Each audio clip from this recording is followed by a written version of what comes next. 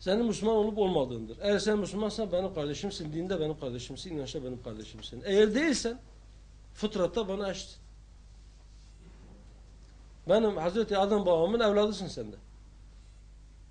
Yani insan olarak yine ben seni tanıyacağım. Sen başka bir inançta da olabilirsin. Sen gayrimüslim de olabilirsin. Sen işte Hristiyan veya Yahudi de olabilirsin.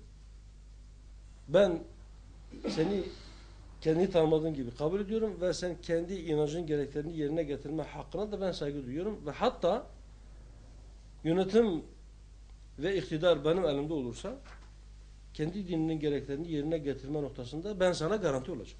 Zaza kendisine ben ayrı bir kavmim diyorsa öyledir.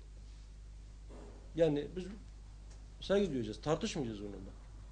Zaza evet ben de işte kurmaşlar gibi Kürt üst kimliğinin ayrı bir koluyum derse biz ona da saygı duyacağız. Yani biz tanıyacağız, tanınamayacağız.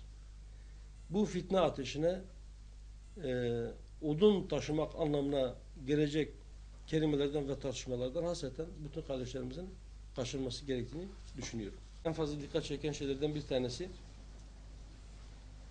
İran ve Amerika arasındaki diplomatik bazı temaslar oldu.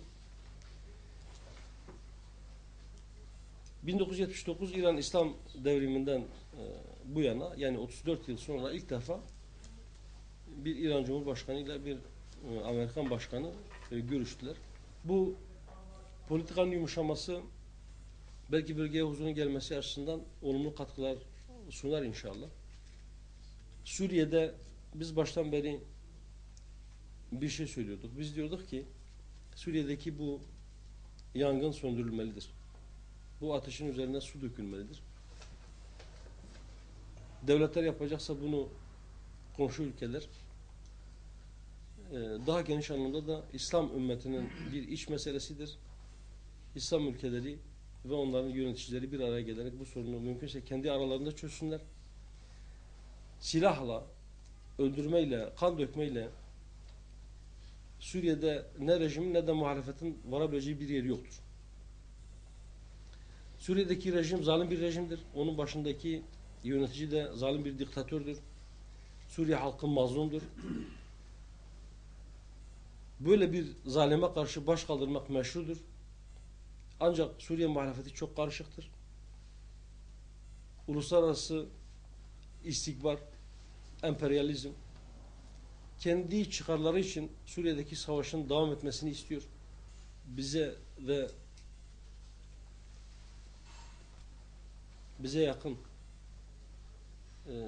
derneklere bazı saldırılar oldu. Saadet Partisi'nin bir teşkilat binasına saldırılar oldu.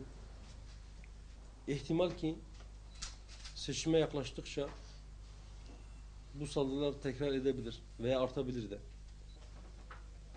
Bu saldırıların benzerlerini biz daha önce görmüştük.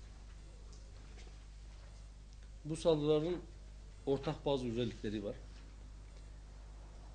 Bunlardan bir tanesi saldırılan yerlerin İslami kimliğidir. Bu şunu gösteriyor. Saldırganlar her kim ise bizim şahsımızda veya saldırdıkları diğer kurumların şahsında aslında İslam'a saldırmaktadırlar. Direkt olarak İslam'a savaş açtıklarını ifade edebilme cesaretinde olmadıkları için bazı başka bahaneler ileri sürüyorlar. Bizimkisi parti davası değil. Biz bir dava partisiyiz.